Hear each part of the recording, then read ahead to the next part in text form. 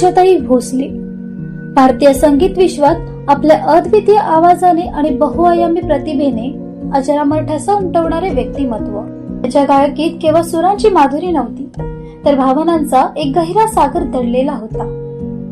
त्यांनी आपल्या आवाजातून प्रेम, विरह, आनंद, वेदना अशा असंख्य भावछटांना जीवन दिले। त्यामुळेच त्यांचे नाव केवळ एक गायिका म्हणून नव्हे, तर भारतीय संगीत संस्कृतीचा अविभाज्य भाग म्हणून घेतला जातो। 8 सप्टेंबर 1933 रोजी जन्मलेल्या आशाताईंचे बालपण एका सांगीतिक वातावरणातच गेले। त्यांचे वडील दीनानाथ मंगेशकर हे एक नामांकित गायक आणि नाटककार होते, त्यामुळे संगीताची गोडी त्यांना लहानपणापासूनच लाभली।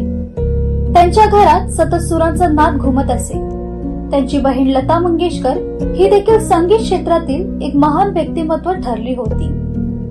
अशा समृद्ध पार्श्वभूमीमुळे आशाताईंना संगीताची दिशा मिळाली, पण यशाचा मार्ग मात्र त्यांनी स्वतःच्या कष्टानेच गाठला होता। सुरुवातीच्या काळात त्यांना अनेक अडचणींचा सामना करावा लागला। त्या बहिणीच्या यशाच्या छायेत स्वतःची ओळख निर्माण करणे हे एक मोठे आव्हान होते।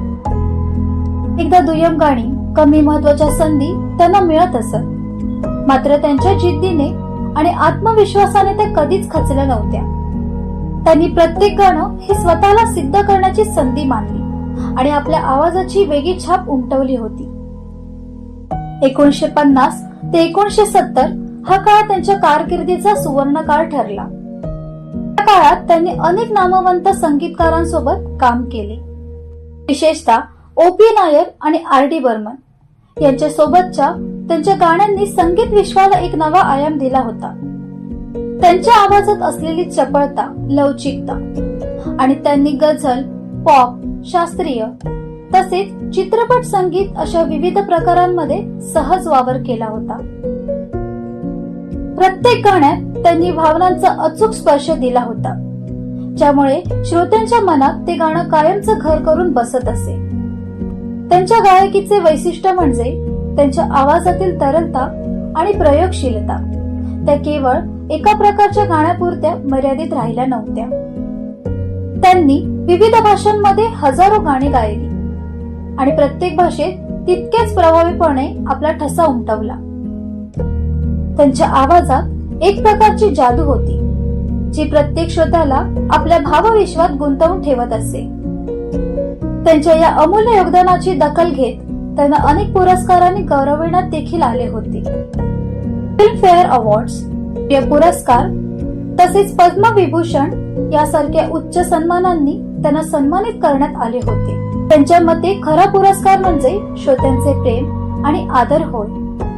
वैयक्तिक आयुष्यातही आशाताईंना अनेक चढउतारांचा सामना करावा लागला होता, पण त्यांनी प्रत्येक संकटाला धैर्याने तोंड दिले। त्यांच्या आयुष्यातील प्रत्येक अनुभवाने त्यांच्या व्यक्तिमत्वाला अधिक परिपक्व आणि समृद्ध बनवले।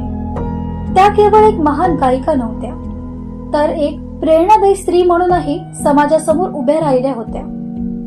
आजही आशाताईंचे गाणे ऐकताना त्यांच्या आवाजाची जादू तितकीच ताजी वाटते।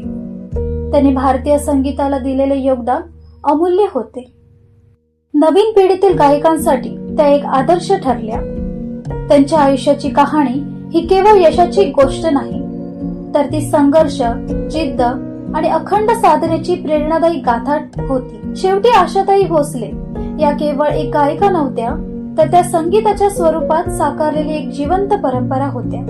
त्यांच्या सुरांनी भारतीय संगीताला एक अमरत्व दिले आणि त्यामुळेच त्या सदैव श्रोत्यांच्या हृदयात जिवंत राहतील। भावपूर्ण श्रद्धांजली, आशाताई।